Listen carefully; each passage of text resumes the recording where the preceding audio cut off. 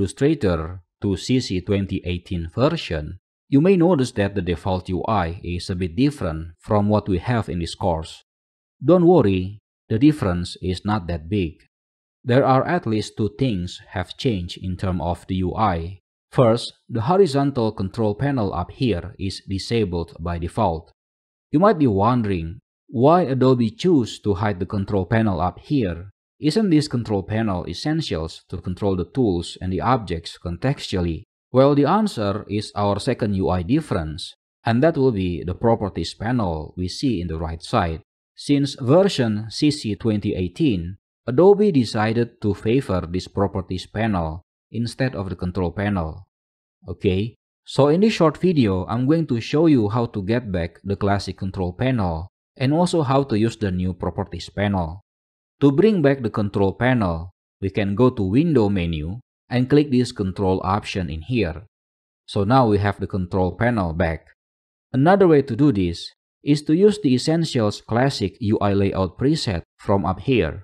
But be careful, by choosing to use this layout preset method, if you already have a custom layout that you like in here, they will be changed and replaced with this layout.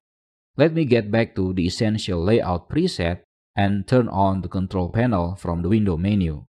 The properties panel you see in here is 80 to 90% similar to the control panel you see up here. So basically, it doesn't really bring new features to the table other than accessibility. For example, if we create a black and white rectangle like this, notice what we see in here in the properties panel can be accessed also up here in the control panel. We have the reference point in here, just like this one. We have the X and Y coordinate, just like this one also, the width and the height. We also have the fill color and stroke color in here, just like this one. Although mostly the same, there are several tools available in the properties panel that usually require us to dig down inside the menu and or inside specific panel. For example, offset path in here become more convenient to reach, while before, we need to go to object menu, path, then offset path. Also this expand shape command, usually we need to go to object menu, shape, and expand shape.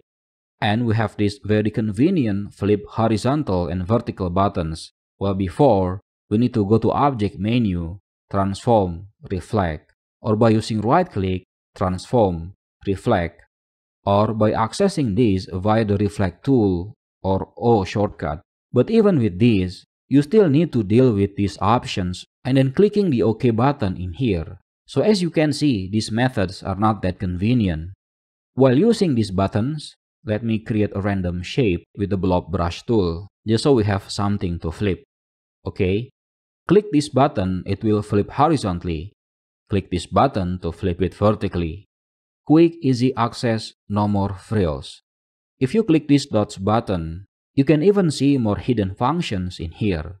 Now, we're not going to discuss all of the buttons listed in the properties panel, as the commands aren't exactly new, and we will discuss them gradually in time, but via other methods.